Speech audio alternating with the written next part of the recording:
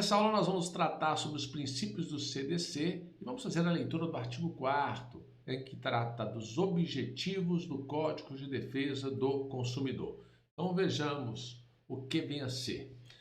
Princípios do direito do consumidor. Artigo 4º demonstra a preocupação do legislador. Você vai observar que nós temos que a Política Nacional das Relações de Consumo tem como objetivo. Então nós temos o objetivo 1. O atendimento das necessidades dos consumidores. 2. O respeito à sua dignidade, à saúde e segurança, a proteção de seus interesses econômicos, a melhoria de sua qualidade de vida, bem como a transparência e harmonia nas relações de consumo atendido aos seguintes princípios. Então nós temos o respeito à dignidade, 2.1, à saúde, 2.2, à segurança, 2.3. Nós temos também aqui a proteção de seus interesses econômicos e a melhoria de sua qualidade de vida, bem como a transparência e a harmonia nas relações de consumo. Temos aqui os objetivos do CDC. Quando nós verificamos no artigo 1º, nós já tratamos sobre esse tópico, mas o Código de Defesa do Consumidor ele vai estabelecer normas de proteção e defesa. Por isso nós denominamos o princípio do protecionismo do consumidor previsto no artigo 1º. E houve uma ordem pública de interesse social prevista no artigo 5º, inciso 32, no artigo 170, inciso 5 da Constituição Federal e além do artigo 48 dos atos de disposições constitucionais transitórias. Nesse artigo 48, nós tínhamos a previsão de que o CDC deveria ser elaborado no prazo de 120 dias. Nós vimos que isso demorou, foi só em 11 de setembro de 1990, quase 2 anos depois da Constituição Federal, que nós tivemos a participação aí do legislador elaborando o Código de Defesa do Consumidor. Outro princípio que nós vamos falar, além do protecionismo, é o princípio da vulnerabilidade do consumidor. Em um primeiro momento, você tem que identificar que o princípio da vulnerabilidade ele é diferente do princípio da hipossuficiência, que nós vamos falar em um slide seguinte. Nós temos que o artigo inciso 1, artigo 4º, inciso 1, diz que reconhecimento da vulnerabilidade do consumidor no mercado de consumo. E essa vulnerabilidade, nós podemos analisá-la de 3 formas. A primeira delas seria a técnica. Então, nós temos a vulnerabilidade técnica, quanto aos conhecimentos acerca das características, quanto à utilidade, a característica do produto, quanto à utilidade do produto, quanto à característica do serviço ou a utilidade do serviço. Temos a vulnerabilidade do consumidor técnica. Temos também a vulnerabilidade jurídica, que decorre da inexperiência do consumidor quanto ao mercado e da ausência de assessoria jurídica, assessoria contábil nos termos da contratação. Quando você contrata com o fornecedor, ele tem uma assessoria jurídica, ele tem uma assessoria contábil. Você, consumidor, não tem, então você é vulnerável nesse ponto. Chamamos isso aí de vulnerabilidade jurídica. Observe que a vulnerabilidade jurídica não está ligada só à relação do direito. Nós temos aí questões contábeis, questões jurídicas, entre outras. Questões econômicas também, nós vamos verificar isso.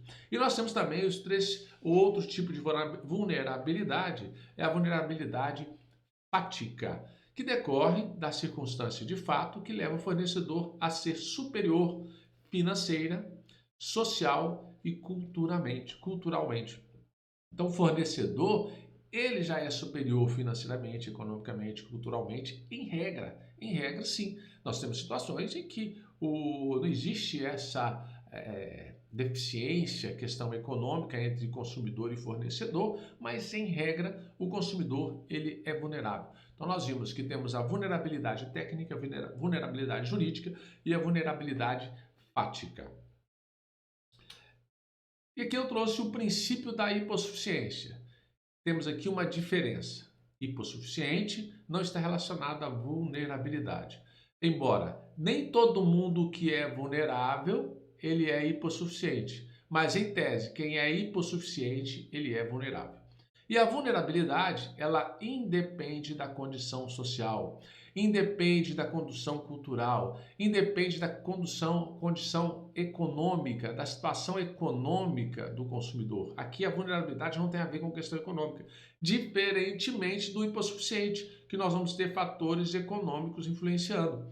Então, a vulnerabilidade depende da condição social, cultural, econômica do consumidor e caracteriza-se pelo fato do consumidor desconhecer as técnicas de produção, que aí nós temos ali os tipos de vulnerabilidade, a técnica, a jurídica, a fática.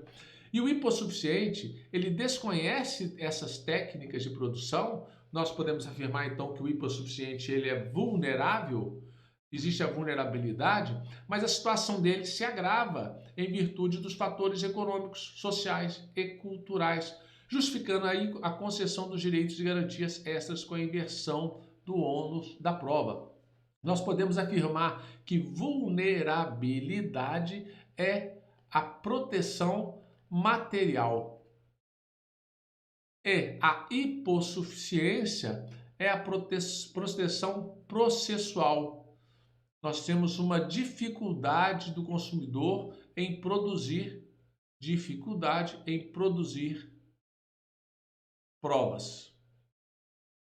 Observe então que a vulnerabilidade está relacionada à questão material, a hipossuficiência na questão processual, que é a produção de provas em um processo. O hipossuficiente tem mais dificuldade do que o vulnerável no presente caso. O artigo 6º, nós temos no inciso 8º, falando do hipossuficiente e a questão da inversão do ônus da prova. Observe que a facilitação da defesa de seus direitos, inclusive com a inversão do ônus da prova. Então, o consumidor ele tem uma facilidade na defesa, na inversão do ônus da prova. E quanto ao critério do juiz, é o juiz que vai analisar a verdade. E caso seja alegado, ele vai inverter, alegado ou não, né, ele vai inverter o ônus da prova quando perceber que o consumidor ele é hipossuficiente. Nós temos aqui o princípio da boa-fé objetiva. Esse princípio da boa-fé, ele vai trazer um equilíbrio nos negócios realizados. E esse equilíbrio ele deve ser sempre mantido, não só com relação ao Código de Defesa do Consumidor, mas com todas as relações contratuais. Nós temos também que o caso da boa-fé, nós temos aqui a harmonização dos interesses dos participantes nas relações de consumo e a compatibilização da proteção do consumidor com a necessidade do desenvolvimento econômico e tecnológico, de modo a viabilizar os princípios nos quais se funda a ordem econômica. Isso tudo sempre com a boa-fé e com o equilíbrio nas relações negociais. Nós temos aí que aplica tanto-se a fase pré-contratual quanto a fase contratual. A boa-fé objetiva ela está relacionada a todos os negócios, de acordo com o Código Civil. Mas aqui mais ainda no Código de Defesa do Consumidor, que deve ter a boa-fé entre o fornecedor e entre o consumidor. Nós temos o princípio da transparência ou da confiança previsto no inciso 3 do artigo 6º. Porque o consumidor, ele tem direito à informação, e essa informação tem que ser adequada, tem que ser clara sobre os diferentes produtos e serviços com a especificação correta de quantidade, características, composição, qualidade, tributos, incidentes e preço, bem como sobre os riscos que apresentem. Hoje, quando você compra um produto, ele vem com informações. Quando você compra um pão, vem lá o que contém aquele produto, se tem glúten, se não tem glúten, quanto de açúcar, quanto de farinha. Isso tudo é importante para identificar, é a informação necessária. Nós temos a água com gás, quanto de sódio, refrigerante, quanto de sódio, tudo isso é importante para identificar. Então essa informação de que trata o inciso 3 deve ser acessível também à pessoa com deficiência. Agora eu vou chamar a atenção aqui do informativo. Nós tivemos o informativo 592, o RESP 1.605.489 de São Paulo, e esse foi uma ação civil pública. Lembrando que a ação civil pública, elas pode ser proposta relacionadas ao Código de Defesa do Consumidor. E aqui a ação civil pública foi relacionada ao vinho, o vinho. E o que ficou tratado? Ficou tratado que no sentido de que inexiste, opa, pulando aqui, inexiste a obrigação, então inexiste a obrigação de inserir nos rótulos dos vinhos as informações acerca do sódio ou acerca da caloria constante no vinho. Então não é obrigado, o caso do vinho não se aplica esta questão da informação que foi decidido em recurso especial pelo informativo, esse foi o entendimento. Então, nós temos aí uma diferença, uma exceção que você deve memorizar. Temos também o princípio da função social do contrato. Nós não podemos aceitar nos contratos relacionados ao consumidor cláusulas draconianas, cláusulas que são prejudiciais aos consumidores. Nós vimos também anteriormente, no vídeo anterior, que caso você renuncie os direitos da proteção do consumidor em um contrato, essas cláusulas são nulas. Então nós não podemos ter nada que vá prejudicar o consumidor nos contratos. Então, nisso, nós não temos aquela aplicação do pacta sunt servanda nos contratos de consumidores, que seria a força obrigatória dos contratos. O que nós vamos ter é o rebus sic stantibus. Temos aqui a teoria da imprevisão, que é aplicada ao Código de Defesa do Consumidor, que traduz-se na rebus sic stantibus, estando as coisas como estão, então nós poderemos alterar. Isso pode até acontecer nessa época de pandemia, em que contratos terão que ser revistos, situações revistas. Lembrando que contrato de aluguel, locação não tem nada a ver com o Código de Defesa do Consumidor. Ações de condomínio contra o condomínio, ele também não tem ações não tem relação com o consumidor, porque nós temos leis próprias. E com isso aqui, o artigo 6º, inciso 5, diz que a modificação das cláusulas contratuais que estabeleçam prestações desproporcionais ou sua revisão em razão de fatos supervenientes que as tornem excessivamente onerosas. Apertei aqui, aumentou a tela toda aqui. Vamos ver se eu consigo diminuir isso aqui. O que eu fiz aqui, gente? Vou ter que abrir de novo. Vamos ver aqui se foi no final. Opa, voltou. Então, nós temos que o artigo 6º, ele previu para a gente aqui a função social do contrato. Aqui nós temos a tese que se aplica à teoria da imprevisão, situações supervenientes. Nós temos então o rebus sic stantibus sendo aplicado ao Código de Defesa do Consumidor. Nós vamos ver uma questão que foi cobrado no 4º exame da OAB e ele trata sobre essa teoria. Vejamos. Analisando o artigo 6º, inciso 5 do Código de Defesa do Consumidor, que prescreve: são direitos básicos do consumidor a modificação das cláusulas contratuais que estabeleçam prestações desproporcionais ou sua revisão em razão de fatos supervenientes que as tornem excessivamente onerosas. Assinale a alternativa correta. Nós fizemos a leitura desse artigo. Esse artigo 5º, nós fizemos a leitura dele aqui. E o que significa esse artigo? Significa a teoria da imprevisão, significa a aplicação do rebus sic stantibus. Vamos ver as hipóteses. Letra A, não traduz a relativação do princípio contratual da autonomia da vontade das partes. Errado. Almeja em análise sistemática precipuamente a resolução do contrato firmado entre consumidor e fornecedor.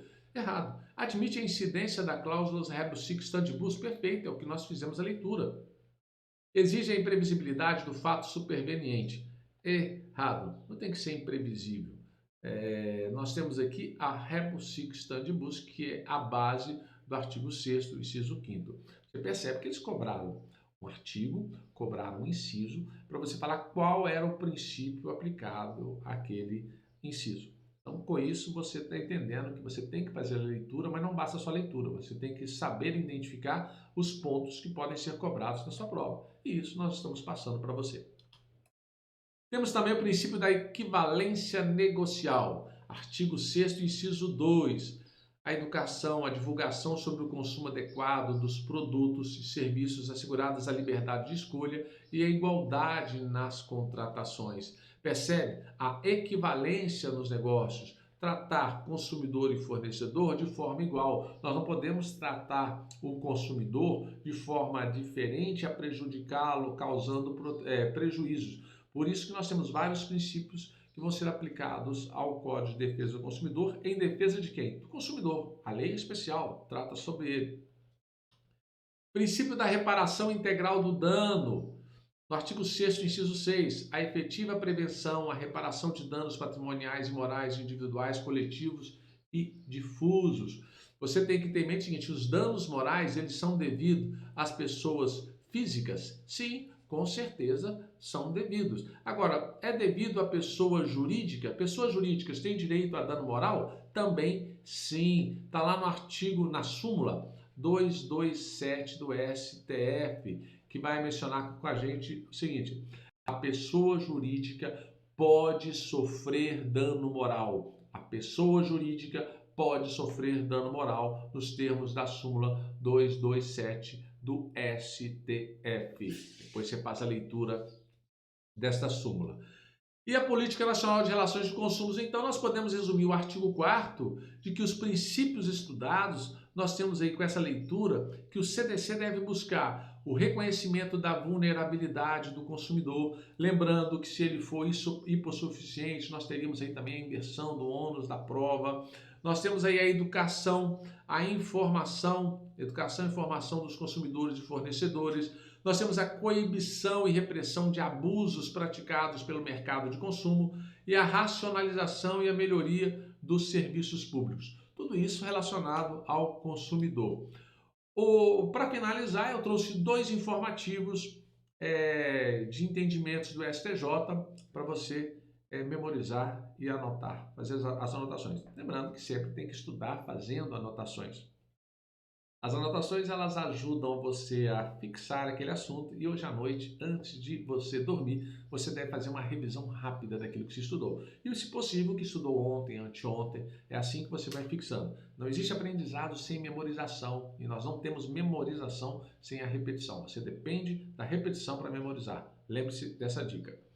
Nós vamos falar aqui então da informativo 618, que vai falar que é abusiva a prática comercial consistente no cancelamento unilateral e automático de um dos trechos da passagem aérea sob a justificativa de não ter o passageiro se apresentado para embarque de voo antecedente.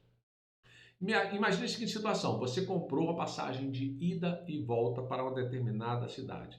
Por exemplo, Rio Grande do Norte, Natal. Você vai para lá e no dia de você perdeu a viagem, você pegou um outro e quando você volta, eles falam que está cancelado porque você não foi. Não pode isso. Olha o que disse. Diz aqui o seguinte, que o cancelamento, não pode ter o cancelamento unilateral na empresa aérea de forma automática. Em um dos trechos você comprou ida e você comprou volta. Você não foi aqui, você perdeu essa passagem, sua poltrona foi vazia, mas você não pode ter cancelado a sua volta. Por isso que o informativo decidiu que não é abusiva a prática de cancelamento nesses casos. E o informativo 573 de 2015. É enganosa a publicidade televisiva que omite o preço e a forma de pagamento. Essas propagandas da televisão que omite o preço e a forma de pagamento. Condicionando para você obter essas informações que você ligue. E além disso, de você ligar, você tem que ligar e ainda pagar a ligação. Isso não pode. Eles podem colocar lá um 0800 para que você faça a ligação, mas não pode colocar isso aí de forma a te causar prejuízo. Com essa parte básica que nós falamos sobre os princípios, trouxe várias informações que podem ser cobradas em sua prova. Faça as anotações, qualquer dúvida você encaminha para nós. Nós estamos aqui para ajudar a sua aprovação. Vem que passa e até o próximo vídeo. Até mais!